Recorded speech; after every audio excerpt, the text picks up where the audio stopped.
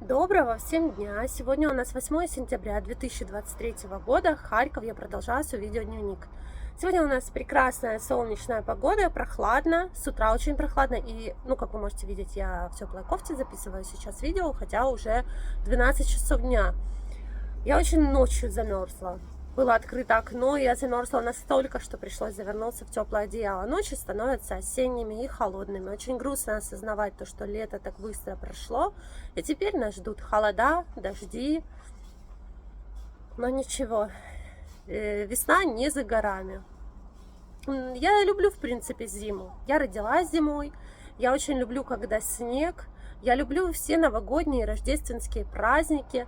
У меня у сына день рождения как раз на сочельник у Амирана, поэтому в ночь перед Рождеством. Поэтому я очень люблю, в принципе, зиму. И осень пройдет быстро. Осень тоже прекрасное время года. Нужно находить позитив в любое время года.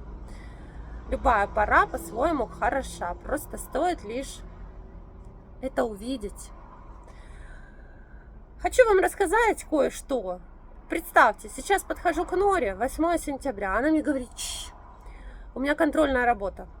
Контрольная работа 8 сентября. Вчера у нее какая-то была контрольная или самостоятельная, и позавчера была контрольная работа. Я не совсем понимаю, как такое может быть, когда я училась в школе. У нас такого не было, чтобы в начале учебного года были контрольные работы. Но я, конечно, понимаю, может быть, это связано с тем, что в 2022 году у нас такой был отрезок времени, который дети не занимались. То есть, когда были сильные обстрелы, март, апрель. Мы, по-моему, или с 15 апреля у нас возобновилось в 2022 году онлайн-обучение. И вот оно шло, и 2023 у нас шло онлайн-обучение. Только когда не было света, либо были очень сильные обстрелы, тогда не было учебы. Возможно, они сейчас догоняют что-то, но все же. 3 месяца летних каникул, и мне не совсем понятно, вот как 3 месяца летних каникул, дети расслабились, уже как-то забыли, что такое учеба, и сейчас так бах, резко контрольные, самостоятельные. Я вижу, что, я не знаю, я была бы в ужасе, честно говоря, от такого, но Нора спокойно что-то сидит, пишет. Я больше, наверное, переживаю, чем она. Что же она там напишет? Так, я хотела рассказать вам одну историю, которую мне написала моя подписчица. Она попросила не говорить, с какого они с мужем города, и не называть имен и фамилий. Я вам расскажу так в общих чертах, так вот с ее разрешения можно. Это очень интересная жизненная история, и мне хотелось бы, чтобы вы это услышали. С марта 2022 года они начали вместе с мужем смотреть мой канал, следить за Харьковом. Тогда были очень сильные в Харькове обстрелы. Они жили в одном из городов Донбасса. Ее муж был известным хирургом в их городе, спас очень много жизней за свою деятельность. Его очень любили, он был мастер, именно очень-очень-очень хороший доктор. Вот знаете, когда, я так себе вот представила из письма, что все вот хотели попасть именно к нему, все был очень добрый человек и никогда не брал денег, вот люди там, я так понимаю, то, что в кассу надо заплатить, да, а раньше вообще это все было бесплатно, медицина. В общем, денег он не брал. Когда вот за то, что он спас чью-то жизнь, ребенка, предлагались деньги, он не брал деньги, а люди дарили ему книги. Знали, у него была такая вот страсть, слабость. Он был коллекционер, библиофил, он полвека, 50 лет коллекционировал старинные книги. И то есть единственное, на что он соглашался, что он мог взять от людей от чистого сердца за то, что помог, за то, что вылечил, за то, что спас. Единственное, что он соглашался взять, это были старинные книги. То есть люди ему дарили книги, очень много. Основная часть его библиотеки — это подарки его пациентов. либо родственники пациентов, либо родители. В общем, вот так вот дарили, дарили, дарили, дарили. И представьте, он помнил каждую книгу. Вот уже в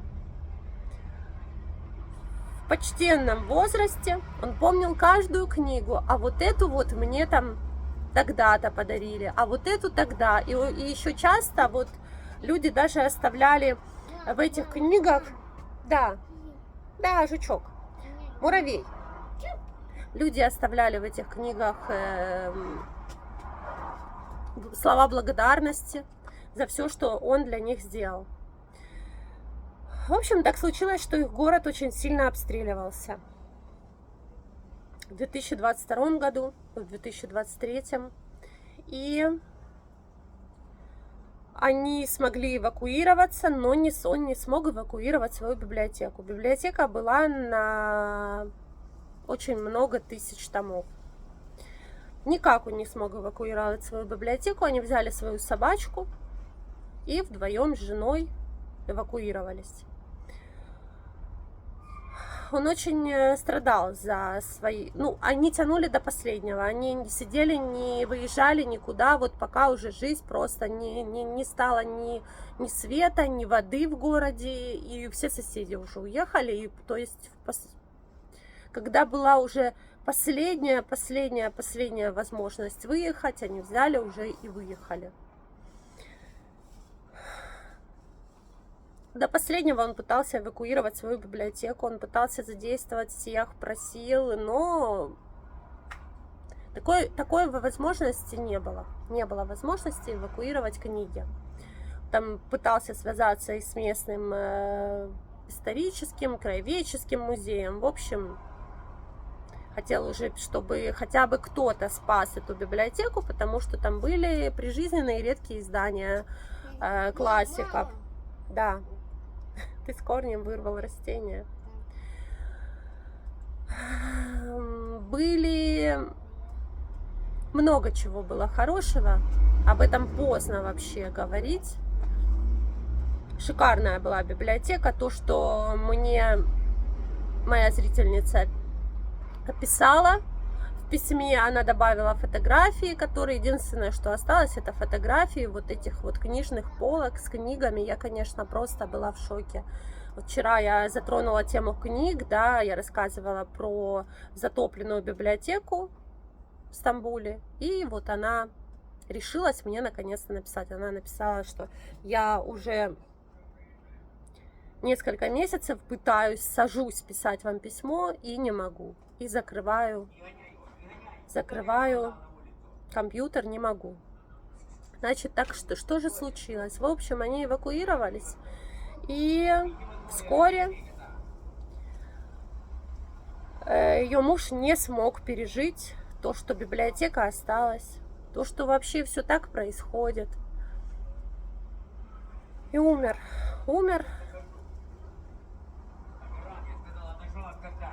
В общем, теперь ни этого человека, замечательного хирурга, ни его труда. 50 лет, полвека он это собирал. Пытался уже в последний год, еще раз скажу, передать это, чтобы куда-то это в музее осталось. Никто ничего не взялся, это сейчас никому не нужно. Сейчас у людей совершенно другие... В общем, я не знаю, как сейчас обстоят дела со спасением шедевров в других городах. Ну, вот там случилось так.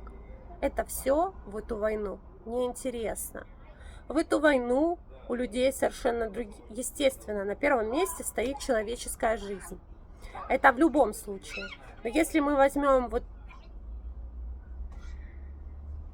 человеческая жизнь, жизнь животных, да, а дальше какие ценности? Очень меня расстроила эта история, очень грустно мне стало осознавать вообще это все. И сколько еще таких историй, о которых мы не знаем? Сколько людей остались под завалами своих домов? Сколько шедевров осталось под завалами этих домов? То есть под завалами остались люди и их вся жизнь.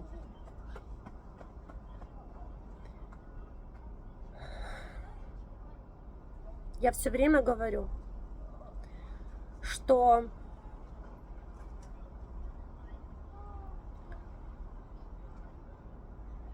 худой мир лучше, чем хорошая война. Да, это так вот говорится, правильно, да? Что лучше мир в любом случае, чем вот так вот война происходит. Друзья, не забывайте поставить видео палец вверх, хоть это бывает и очень сложно, понимаю. Подписаться на канал, кто еще не подписался. Буду вам благодарна. Кстати, вчера мне написала зрительница, что она 3 раза ее за последнее время отписывает YouTube от моего канала. Либо, я не знаю, какие-то программы стоят отписывающие, поэтому проверьте все свои подписки, возможно, опять слетела подписка. Всем хорошего дня, хорошего настроения, мирного неба, крепкого здоровья. И помните самое главное, что все войны заканчиваются миром.